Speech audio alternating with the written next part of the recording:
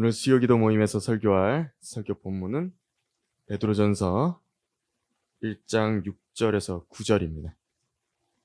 베드로전서 1장 6절에서 9절입니다.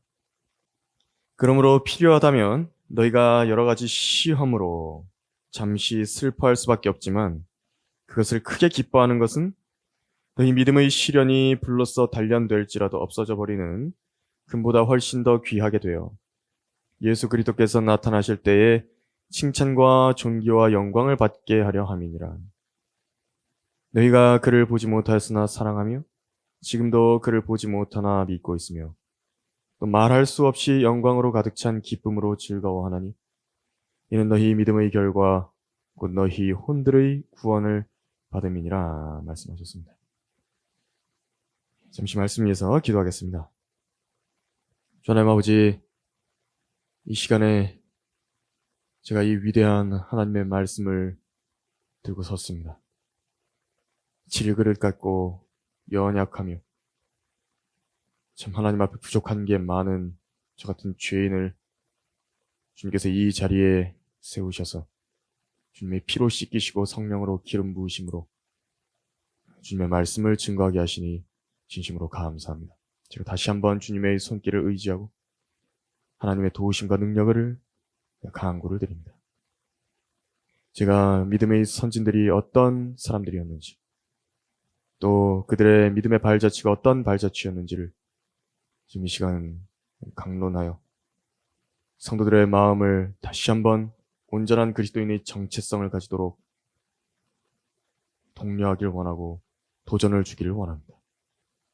제 안에 주님 영으로 충만해 주시고 이 설교를 잘 주님의 뜻 안에서 사용하여 주시기를 원하고 모든 기도를 우리 주 예수 그리스도 이름으로 기도드렸습니다. 아멘.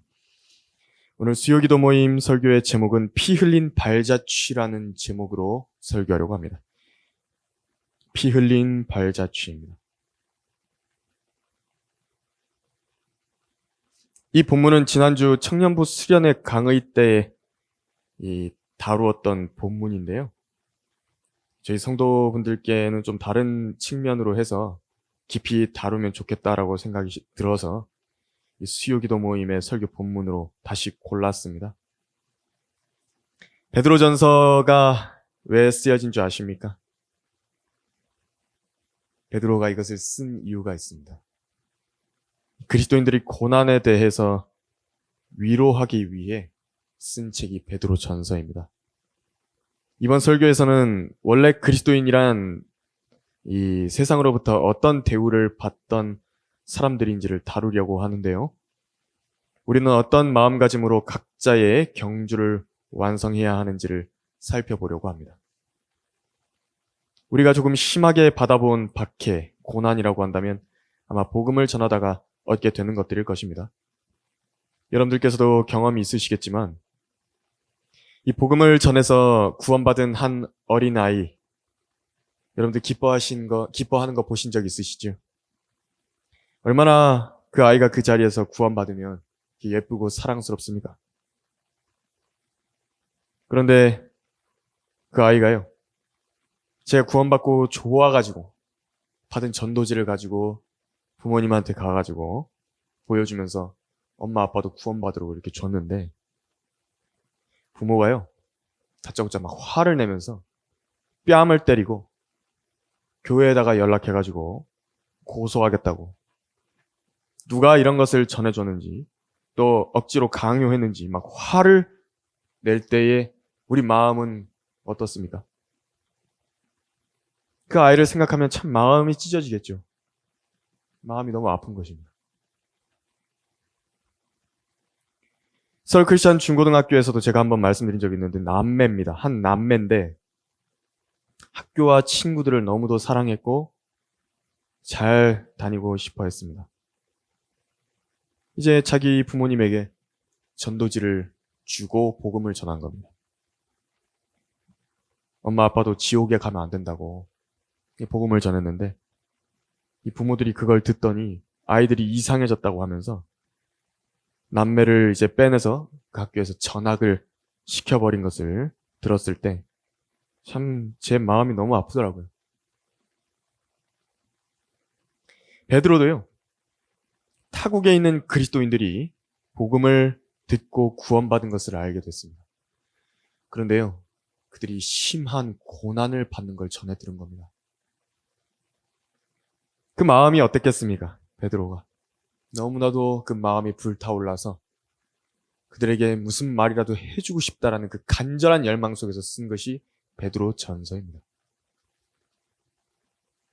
믿음을 창시하시고 완성하신 예수님께서도 십자가의 고난으로 달려갈 길을 마무리 지으셨습니다. 피 흘린 발자취입니다. 예수님께서 가셨던 길입니다. 사도들 중에 그 누구도 평안한 인생을 보내지 못했습니다. 그 점을 우리는 폭스의 순교사에서도 읽어볼 수가 있는 것인데요. 오늘은 제가 폭스의 순교사에 나온 여러 순교사의 내용들을 좀 정리해서 가지고 나왔습니다.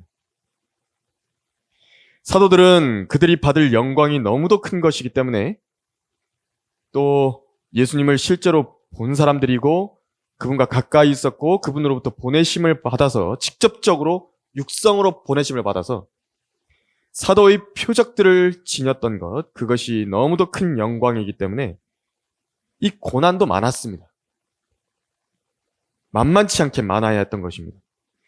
성경은 이렇게 써 있습니다. 고린도전서 4장 9절에서 하나님께서 우리 사도들을 죽이기로 정해놓은 자같이 맨 마지막에 두신 것으로 내가 생각하노니 우리로 세상과 천사들과 사람들에게 구경거리가 되게 하셨음이라 말씀하셨습니다. 그래서 바울 역시도 자기 온 몸에 예수님을 전하다가 새겨 넣은 흉터들이 아주 많았습니다. 유대인들로부터도 그렇고 이방인들로부터도 많은 고난을 받았을 뿐만 아니라 이제 마지막에는 로마의 네로 황제에 의해서 목베임을 당하게 되었던 것입니다. 그런데 네로 황제의 근위병 2명이 있었거든요. 그들에게 사울의 사형 집행을 지시했습니다. 그 두 근위병에게. 이제 그들이 바울에게 가는데요. 바울이 설교를 하고 있었습니다. 그 말씀을 듣고 그 두 근위병이요, 그 자리에서 회심을 한 것입니다. 즉시 예수님을 믿었고 바울의 지시에 따라서 침례에 순종을 했고요. 침례를 받고 돌아온 다음에 처형장으로 바울을 데려가서 기도를 마친 바울의 목을 칼날로 내리쳐야 했던 것입니다. 그래서 그리스도인으로 산다라는 것, 사실 이 말은요, 그 피 흘려진 발자취를 따라간다라는 말입니다. 자기를 부인하고 자기 십자가를 지고 예수 그리스도를 따른다라는 말은 죽음의 길을 따라간다라는 겁니다. 근현대의 200년 정도의 기간을 제외하고 전 세계적으로 그리스도인들의 흘려진 피 비린내는 늘 진동을 해왔습니다. 이것이 원래 우리의 정체성입니다. 오늘은 구체적으로 믿음의 선배들이 걸어간 길들을 살펴보면서 그들의 믿음의 선한 고백이 무엇이었는지 찾아볼 것이고요. 그래서 미적지근해진 마지막 날들의 성도들의 마음을 다시 한번 뜨겁게 할 수 있게 할 겁니다. 성경대로 믿는 믿음의 정체성 첫 번째로, 교회 시대 자체가요, 극심한 박해와 고난으로 시작되었다라는 점을 우리는 알아야 됩니다. 로마 시대, 그때는 잔악무도한 시대였죠. 지금 베드로 전서가 기록되었고 주님께서 활동하시던 당시의 시대입니다. 세상 역사가들에 의해서 그 기간을 무슨 기간이라고 부르냐고 하냐면요, 팍스 로마나, 그러니까 로마의 평화라는 시대로 불리웁니다. 역사가들이 가장 로마에 있어서 긴 평화의 기간이었다라고 말해지는 그런 구간인데, 언제냐니까 BC 27년부터 예수님께서 태어나기 그러니까 23년 전부터죠. 그리고 AD 180년까지를 가리키는 것입니다. 하지만 이때만큼 사람들의 인간성이 잔악하고 파괴적이며 짐승 같았던 때가 역사적으로 없습니다. 근데 사람들은 그때를 평화의 때라고 이야기를 하는 것입니다. 평화의 때였다고. 이때 수많은 그리스도인들이 고난을 당했습니다.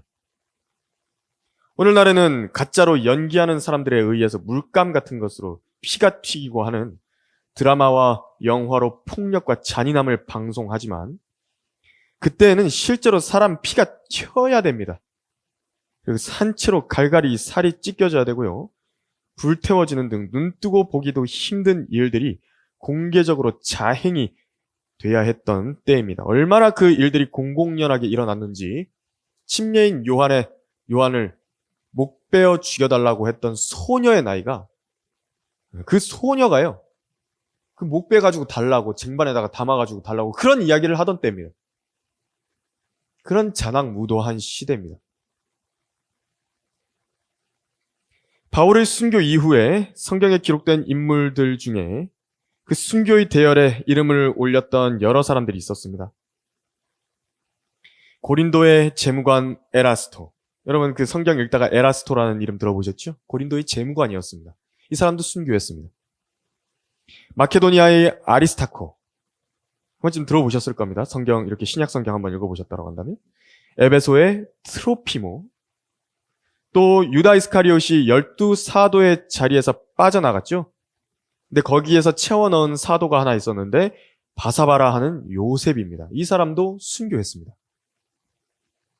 또 바울에게 안수해줬던 한 다마스커스의 그 감독이 있었는데 아나니아입니다. 아나니아도 순교했다고 합니다.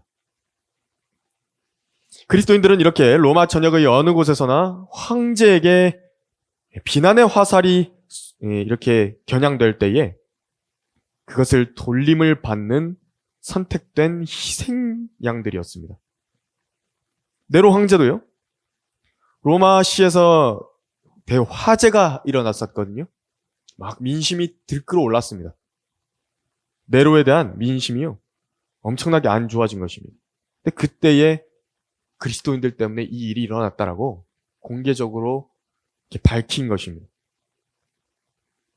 가짜로 이렇게 공표를 한 거죠. 그래서 대대적인 박해가 그리스도인들에게 가해졌는데 희생 제물이 된 것입니다. 이교도 신들에게 희생 제물이 된 것입니다. 이게 원래 공공연한 일이었습니다.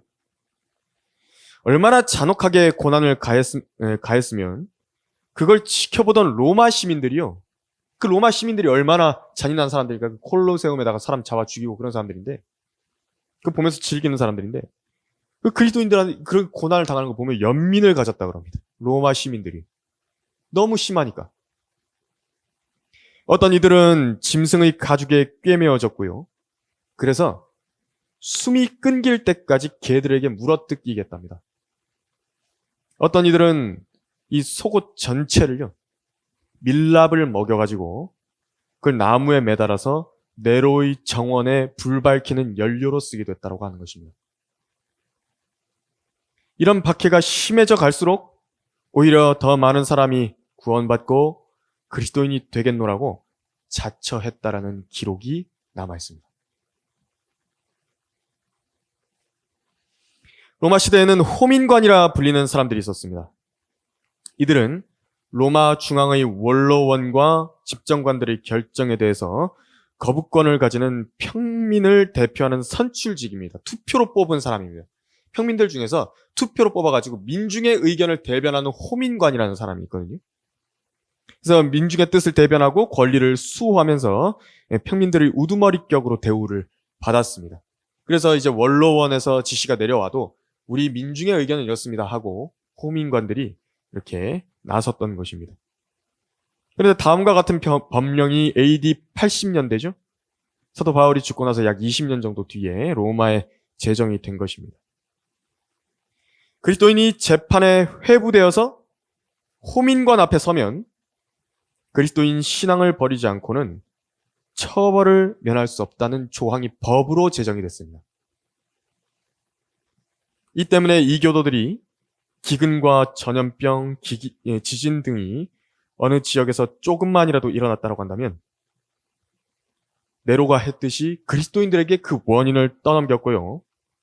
그들은 재판정에 섰고 재판정에 서서 그 신앙을 부인할 것을 강요받은 것입니다. 예수 그리스도를 부인하라고 여기 주피터 신상에다가 향을 피우라고 그렇게 강요받은 것입니다. 재판정에 일단 서면 이 법의 근거로 선서를 해야 했다고 합니다. 근데 선서를 거절하면 사형입니다. 선서한 후에는 자신의 믿음을 버리지 않는다. 그래도 사형입니다. 이 시기에 우리가 잘 아는 디모데도 순교했습니다. 에베소 교회의 목사로 일했죠. 주님을 열심히 섬겼습니다. 우리 우상 숭배자들의 그 축제 행렬이 있었습니다. 그때 당시. 근데 거기 가가지고요. 그걸 보고는 그들의 악행을 강렬하게 지적했고 거리에서 설교한 것입니다. 그 자리에 서가지고 이렇게 죄인들이라고 지옥에 간다고 한 것입니다. 이교도 로마인들이 분노로 가득 차서요. 곤봉으로 디모데를 폭행했고 그때 얻은 부상 때문에요. 이틀 뒤에 숨을 거두고 만 것입니다. 시리아의 안티옥이 있는데 거기는 처음으로 제자들이 그리스도인이라 불렸던 장소입니다. 사도행전 11장에서 그랬죠. AD 100년 초기의 무렵인데요. 그때도 그 교회가 있었습니다. 그 시리아 안티옥에 교회가 있었는데 근데 거기에 이그나티우스라고 하는 감독이 그곳에 교회를 맡고 있었습니다. 이 이그나티우스 역시도요, 주를 부인하지 않았다는 이유 때문에 로마로 압송되어서 이 판결을 받으려고 끌려가고 있었습니다. 이제 여기 안티옥에서 로마로 가는 길에는 이제 소아시아를 이렇게 지나가는데요. 소아시아를 지나갈 때 어디 지역을 들렀냐면 스머나에 들렀습니다. 그 스머나라고 하면 우리가 잘 아는 요한계시록에 나오는 두 번째 교회의 그 스머나를 말하는 것입니다. 스머나는 죽음의 향기, 그 몰약을 말하는 그 뜻하는 단어입니다. 그래서 그때부터를 스머나 교회 시대라고 그래서 부릅니다. 이그나티우스의 기점으로 해가지고. 근데 거기에서 이제 로마 교회에다가 쓴 서신이 남아 있습니다. 이렇게 썼습니다. 이제야 나는 제자의 길에 들어섰습니다. 그리스도인이 됐다는 겁니다. 오로지 그리스도를 얻기 위해서라면 나는 어떤 것도 바라지 않습니다. 내가 십자가에서 화형당하든 맹수들이 달려들든 뼈들이 산산이 부서지든 사지가 찢기든 마귀가 내 몸을 온갖 악의로 으깬다 하더라도 가만히 두어 주십시오. 제발 그렇게 해서 나로 그분의 죽음의 본을 따르게 해 주십시오. 라고 편지를 쓴 것입니다. 스머나에서 로마 교회로 보낸 겁니다.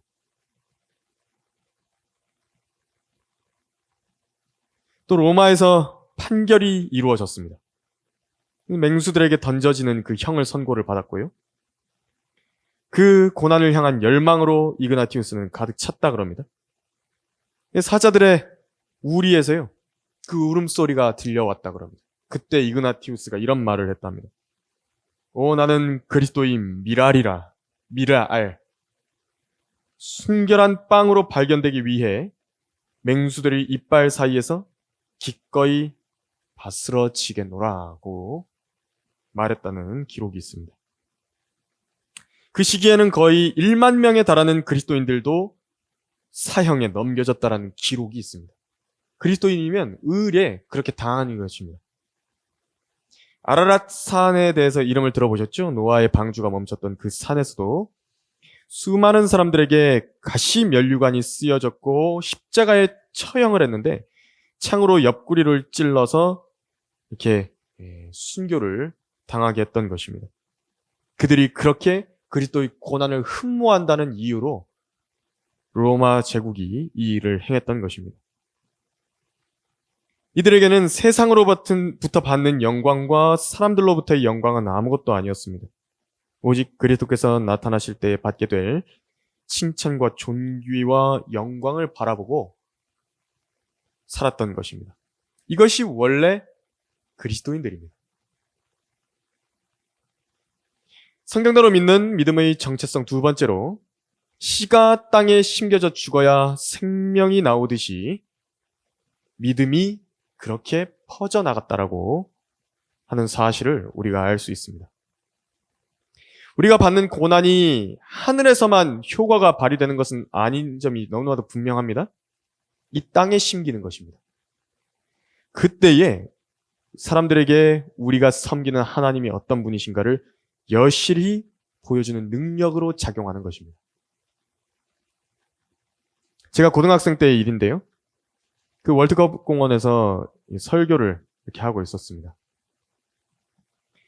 거기 이 계단이 이렇게 있는데 그 위에서 이제 설교 자리가 이렇게 괜찮은 데가 있어서 좀 단으로 쓸만한 데가 있어서 올라가서 여기서 설교하고 있는데 저기 밑에서 그 계단 밑에서 어떤 아저씨가 막 소리를 지르면서 돌진을 해옵니다. 미친놈아 그만해 이러면서 황소처럼 돌진을 해오더니 설교하고 있던 자리에서 밀쳐가지고 바깥으로 떨어뜨려 버렸습니다. 손에 있던 전도지 다 떨어뜨렸습니다. 뺨을 3대를 때리더니 등을 때리고 밀치기 시작하는 겁니다. 하지만 설교를 멈출 이유는 없었죠. 그래서 다시 그 자리로 올라갔는데 근데 저희 어머니가 옆에 계셨습니다. 그리고 그 작은 체구로요. 그 아저씨를 막 막아서기 시작하는 겁니다. 소란이 났습니다. 그래서 저희 팀원들 4명이서 이제 모여갖고 그 자리를 이제 지키기 시작했습니다.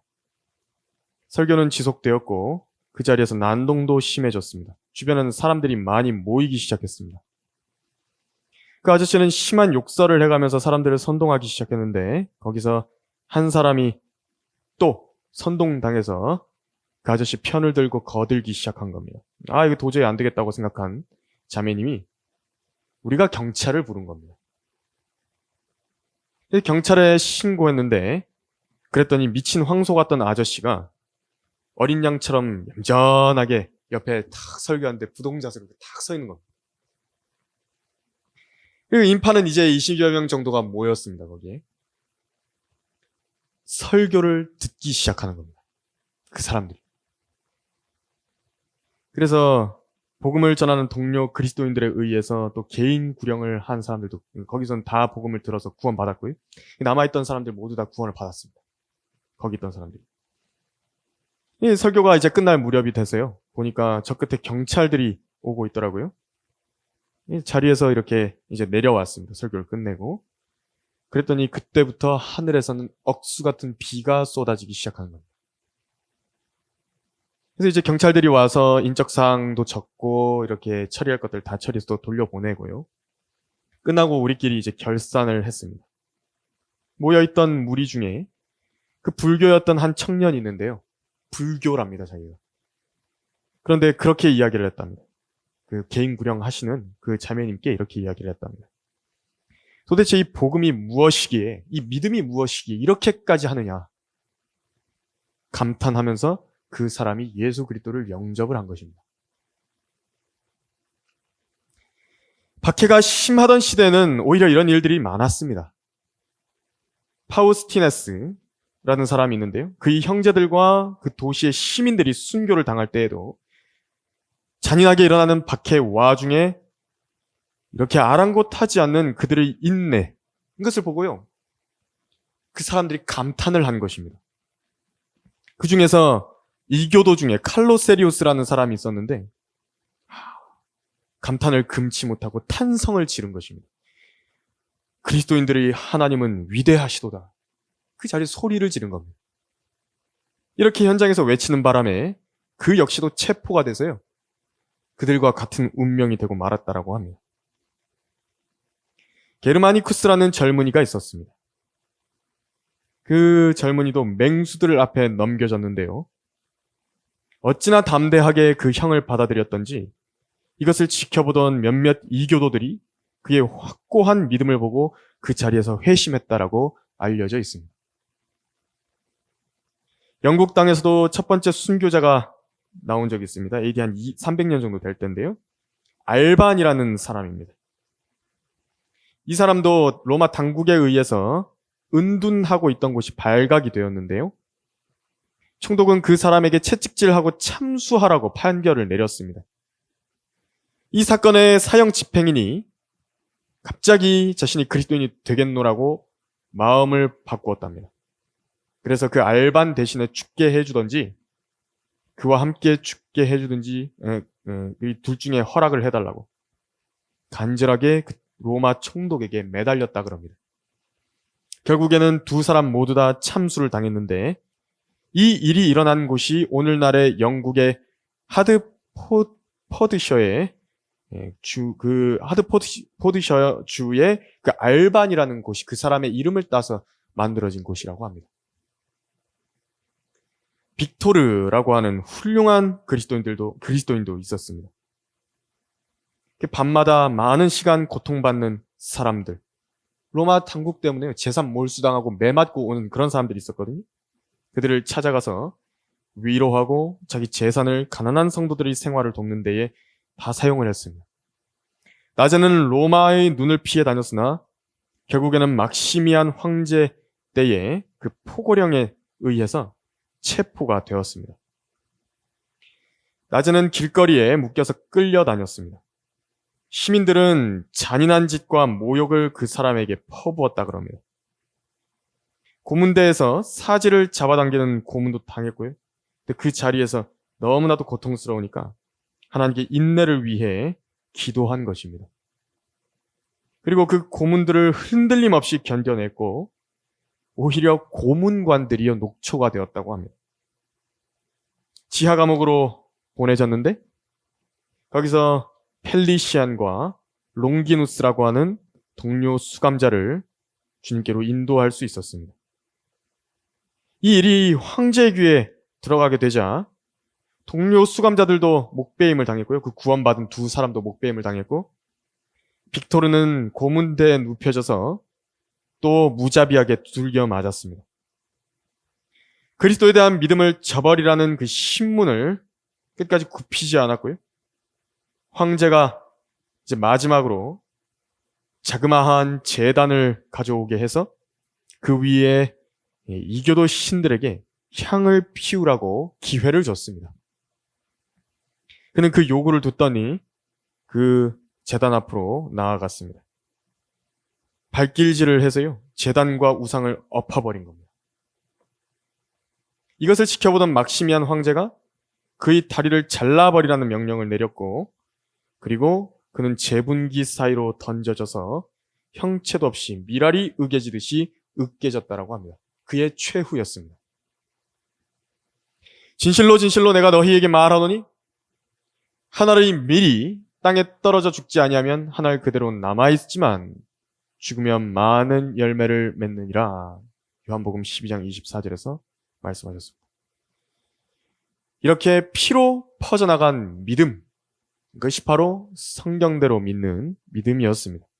예수 그리스도를 부인하지 않는 그 믿음이었습니다. 그래서 그 생명이 땅에 심겨짐으로 인해서 또 다른 생명을 낳게 되는 것입니다. 성경대로 믿는 믿음의 정체성 세 번째로, 근데 마지막 날들의 믿음의 실상은 어떤 것인가 우리가 살펴볼 필요가 있습니다. 마귀는 바보가 아닙니다.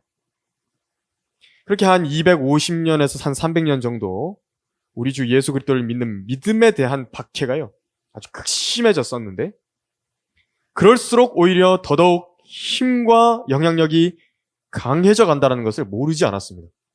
복음이 더 널리 뻗어나갔습니다. 더 많은 사람들이 예수 그리스도를 믿고 영접을 해버린 겁니다. 이러다가는 전 세계가 예수님을 믿게 생겼습니다. 그래서 마귀가 자신의 걸작품을 고안을 해내는 것입니다. 유사한 그리스도인 신앙을 만들어서 그 본질을 완전히 망가뜨려 버리겠다. 그 계략을 낸 것입니다. 콘스탄틴 대제라 불리는 로마 황제 때 이제 기독교가 공인이 되죠. 그때부터 교회에는 박해 대신 치명적인 독소가 자리 잡기 시작한 것입니다. 그 콘스탄틴 대제가 유세비우스라고 하는 신학자를 시켜서 아프리카판 알렉산드리아 계열의 변개된 성경을 복사하도록 만들었습니다. 그 이후로도 박해가 없어진 것이 아니지만요, 이제 사탄의 교회, 가짜 기독교가 그 로마의 자리를 대체했고 그 교회에 의한 박해가 일어나기 시작한 것입니다. 가짜 성경이 나왔고, 가짜 교리가 나왔고, 가짜 하나님의 종들이 나타나서 복음과 성경적 진리의 본질은 빼놓고 기독교의 옷을 입은 유사 기독교를 만들었던 것입니다. 그때가 바로 제도화된 교회가 생겨난 시점이었습니다. 황제가 승인하고 황제 칙령에 따라 운영되는 교회입니다. 그래서 이교도들이 회심 없이요, 황제가 승인한 교회 일요일에 나가기만 하면 금화와 옷을 받을 수 있습니다. 그걸 보고 그리스도인이 됐다고 이야기를 한 겁니다. 가면 물을 뿌려줍니다. 이것으로 인해서 사람들을 더 효과적으로 지옥에 보낼 수 있도록 했고요, 더 비진리 가운데 묶어둘 수 있도록 만든 것입니다. 하지만 그렇다고 해서 박해의 영이 사라진 것은 아니었습니다. 이 박해의 영은 어디에 깃들여 있냐면요, 종교에 깃들여 있는 것입니다. 로마 제국 때에는 이교도 로마 황제들의 종교를 통해서 박해를 했고요, 제우스에게 경배하라고, 제우스에게 향을 바치라고 그런 것이고요.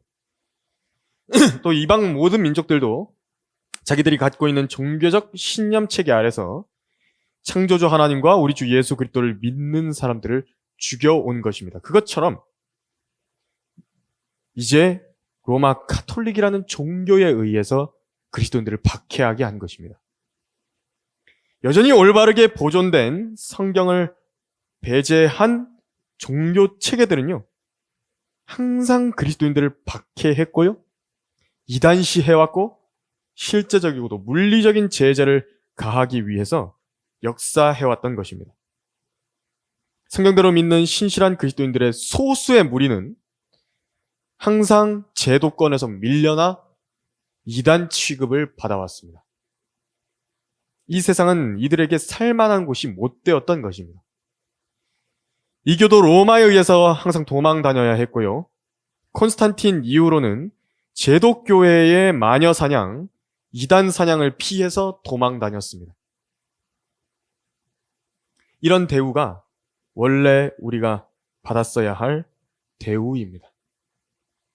그래서 거기 카파도키아라는 소아시아의 지역에 딱 가보면요, 돌산인데, 돌산 저 멀리 이렇게 보면 희한하게 생긴 이렇게 돌산들이 있거든요. 사람이 다 깎은 겁니다. 거기 살려고. 누가? 그리스도인들이 그런 데 들어가서 산 것입니다. 거기 안을 탐색을 했거든요. 사람들도 다닐 수 있고 심지어 말이 다닐 수 있는 그 지하 교회가 지하 도시처럼 그 안에 다 형성이 되어 있는 거죠. 카타콤이라고 그러죠. 심지어 그 안에서 발견된 것이 포도즙이나 이런 것도 다 저장할 수 있는 저장고라든지 환기시설이라든지, 그리고 또 심지어 침례를 받을 수 있는 침례탕도 만들어 놨습니다. 거기다. 대단하죠?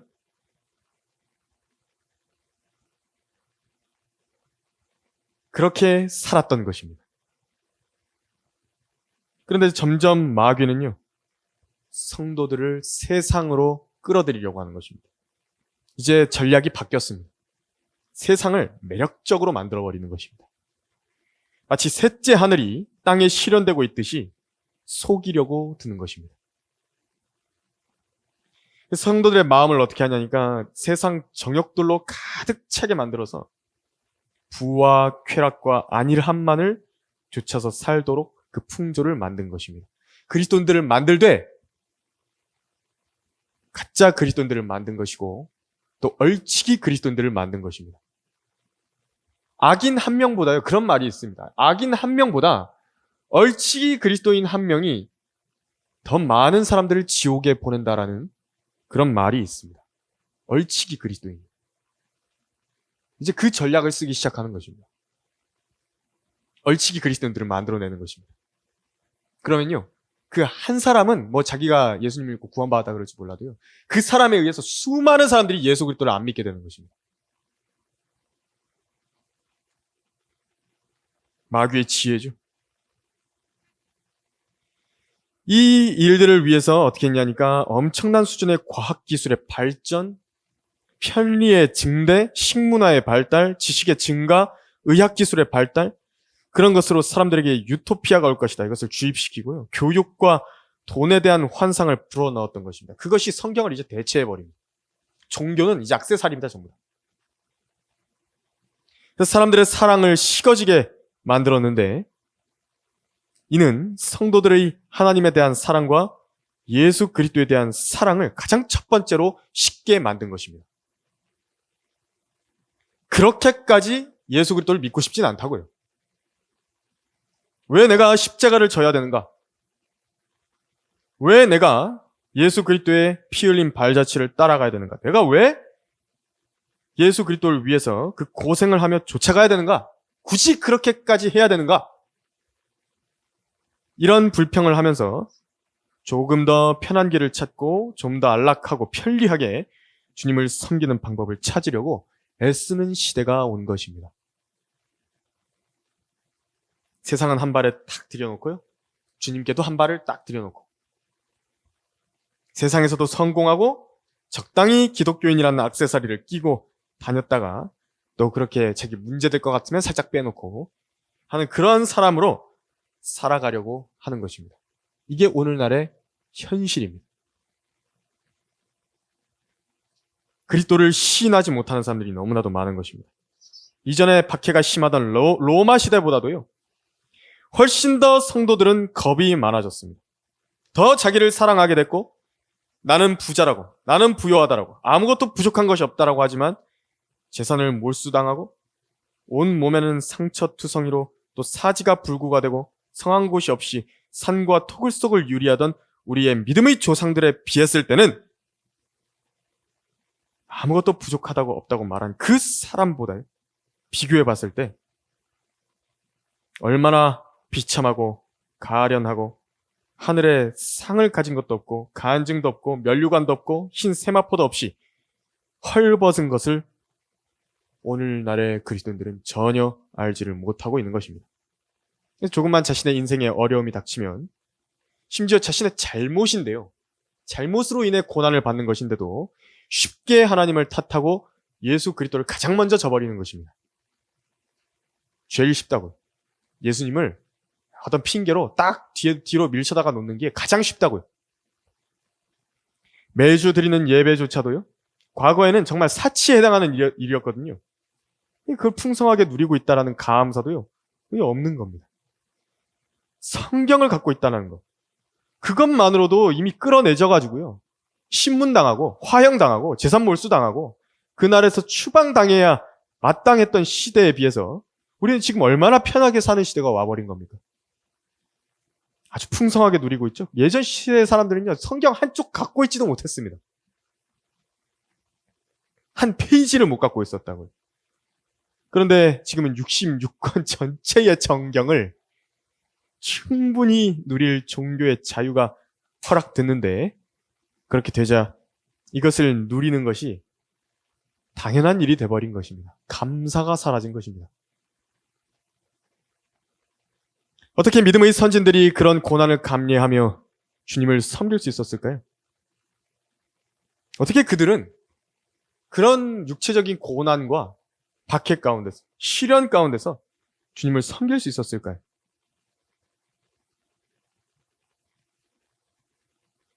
어떻게 신실한 믿음의 성도들은 자기의 모든 것을 내어 던지고 심지어 생명까지도 아까워하지 않고 주님께 드릴 수 있었을까요? 그것이 바로 오늘 본문의 답이 나와 있습니다. 고난을 이기게 한 원동력, 그것은 8절, 9절에 나타나고 있는 사랑이었습니다.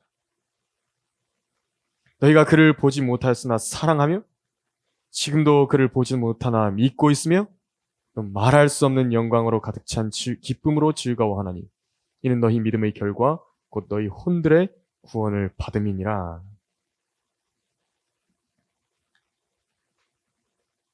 자, 우리가 어떻게 이 설교의 결론을 맺어본다면 우리가 어떻게 그 사랑을 가질 수 있을 것인가?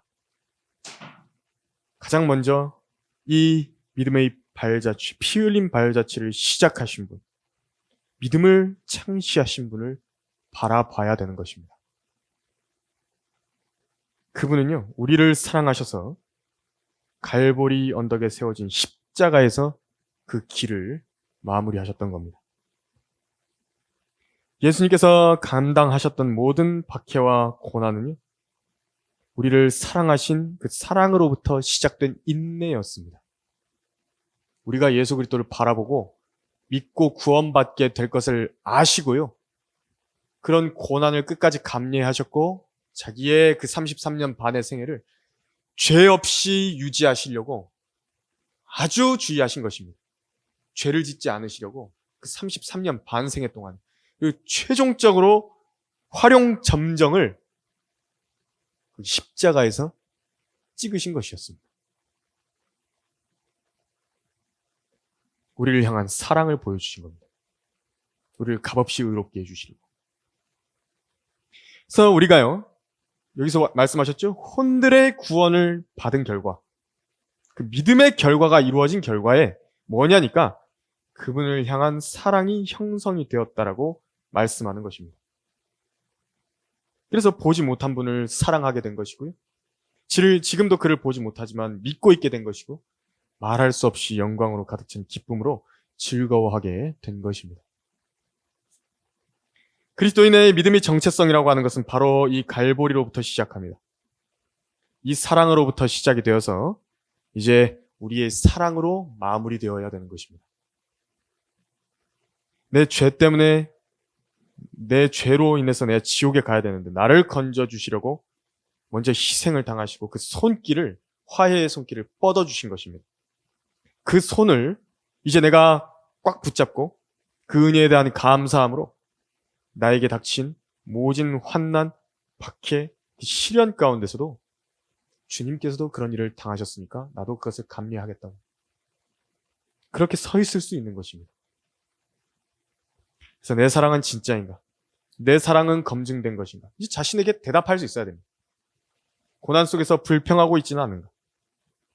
오늘 배운 성경대로 믿는 그리스도인들의 정체성에 비추어서 자신을 잘 돌아보는 시간이 되었기를 바랍니다.